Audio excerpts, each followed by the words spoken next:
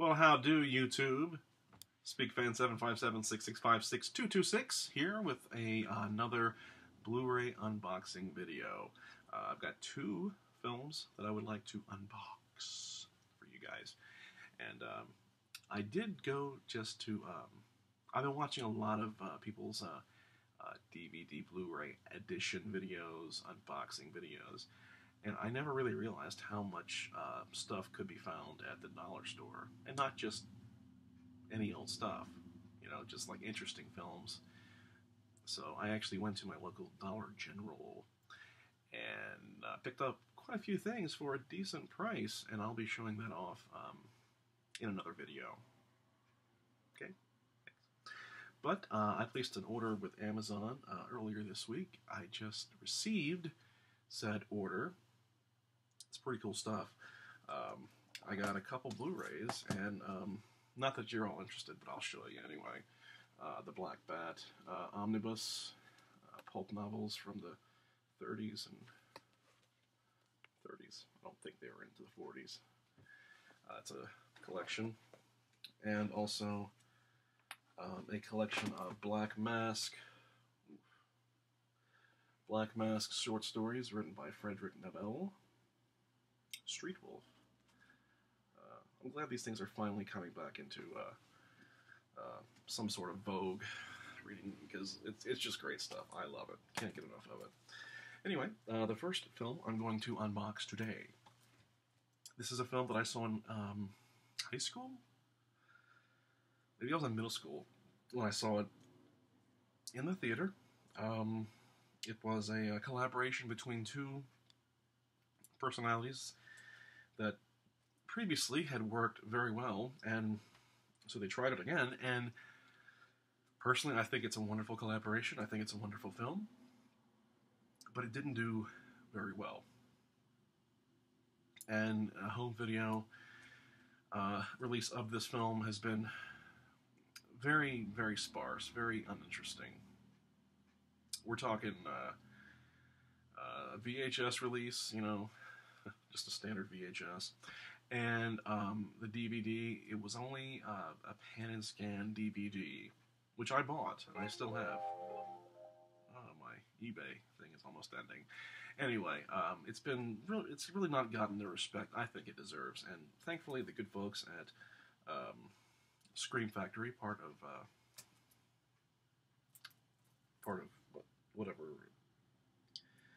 Shout Factory, that's it.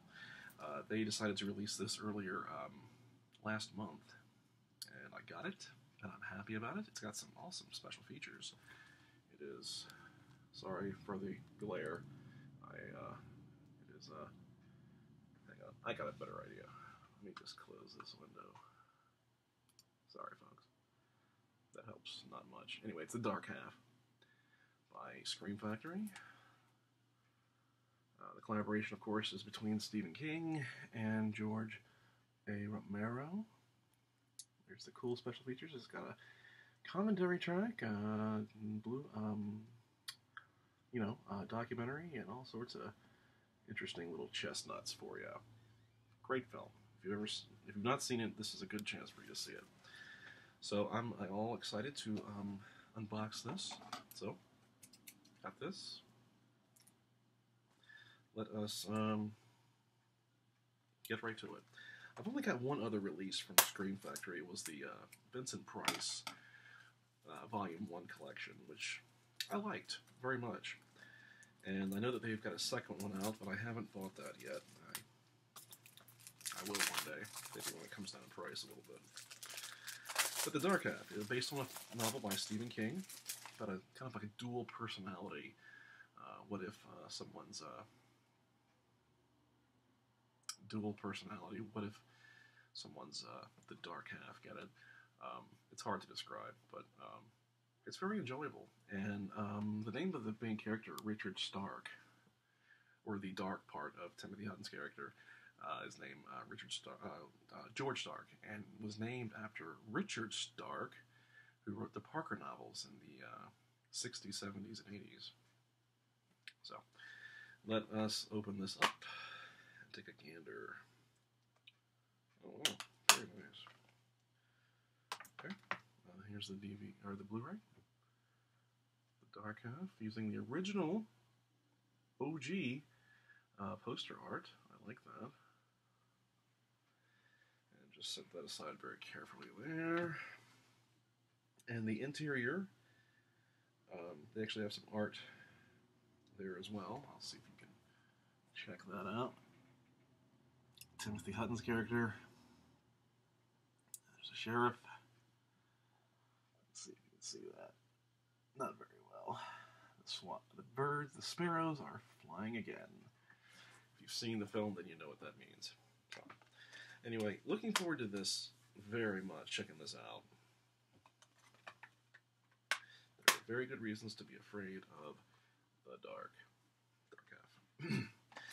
The second is another film that I think has been kind of forgotten in the annals of time, at least in the annals of the last decade or so. It is a film, once again, that had a director's cut VHS release and I believe a director's cut DVD release. The DVD release did have a commentary track by the director and maybe a short featurette. Not much, though. And this is also a Scream Factory release from, what year is this from? 1995. Wow, 1995. 10 years old. 20 years old. Shit. Sorry. 20 years old. Time flies. It is Clive Barker's Lord of Illusion. I apologize for the glare. Blu-ray. I don't know if this is a 2-disc set. It has a theatrical cut, which I don't know that I've seen, and the high definition director's cut. I don't know if the commentary is the same or not. It's been so long since I've listened to it. I won't remember, I'm sure. So either way, it'll sound new to me. So let's open this up, shall we? This was, I believe, the last film that Clive Barker has directed. He's directed three features. He directed, of course, Hellraiser, great movie.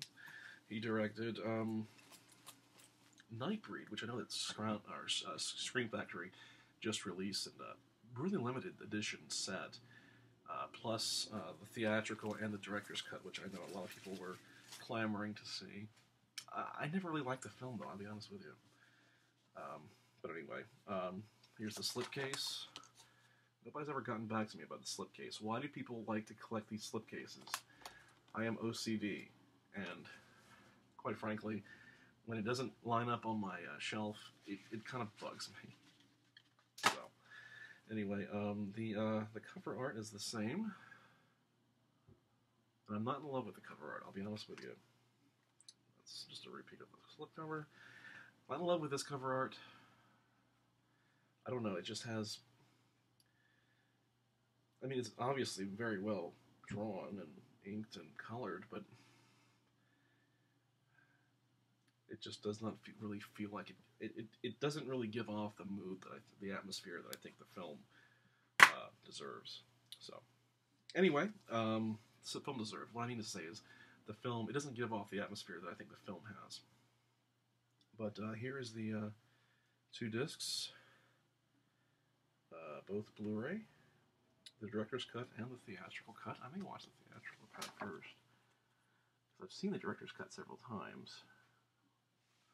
And that is, I believe, that is at least one of the original release, that design there. It was one of the original release posters for the film when it first came out. It's based on a Clive Barker short story in one of his Books of Blood volumes. I probably read it years ago, and it's kind of a twisted, kind of a horror, not a gothic, but a horror noir tale. And you got a private eye who's very kid. See, he's trying to like evoke like the great Humphrey Bogarts, or kind of like that film noir kind of classic private detective. It's played by Scott Bakula. I liked him in this. Also stars my girl Famke Janssen, and among many others. Written and directed by Clive Barker. Looks like it's got some interesting art underneath. The back. Oh.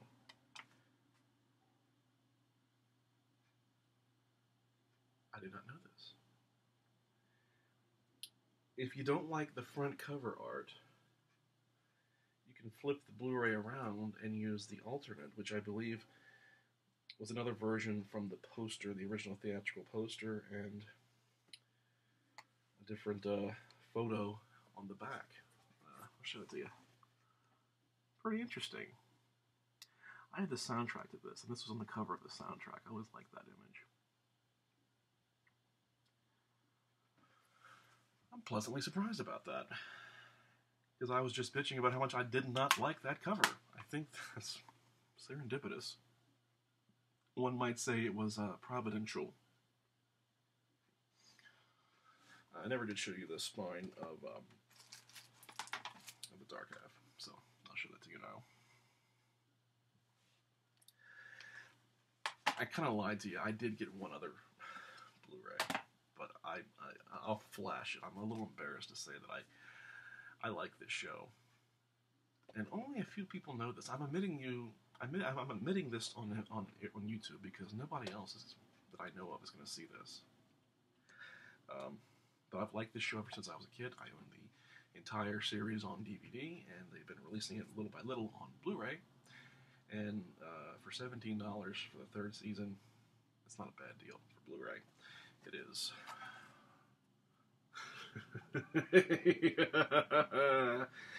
Little House on the Prairie, Season 3.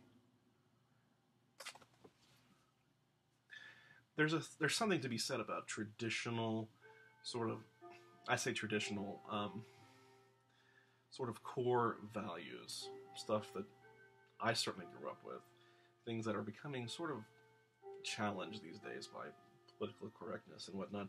What I'm saying is that this is just good, clean family entertainment, and as much as I love a good gut grinder horror film or whatever, I have a real soft spot for westerns, and of course, Little House on the Prairie is so much more.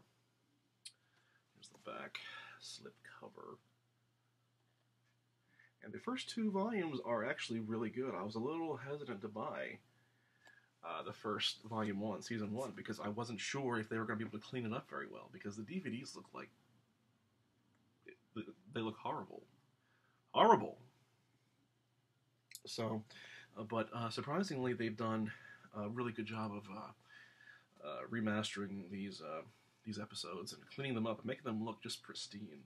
You know, this is the kind of stuff that you love Blu-ray for. Comes with a digital HD, some special features, and I'm all about it, baby.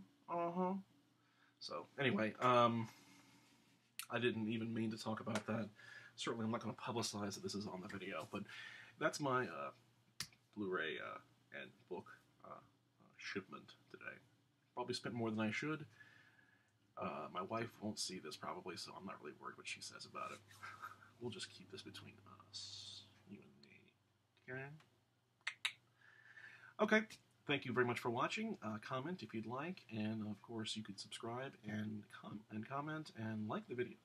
Like the video, excuse me, if you want to be nice and do something nice for me, or if you feel genuinely like you took something away from this video. Anyway, thank you very much for your time. This is SpeakFan757-665-6226, and until next time, keep on flying.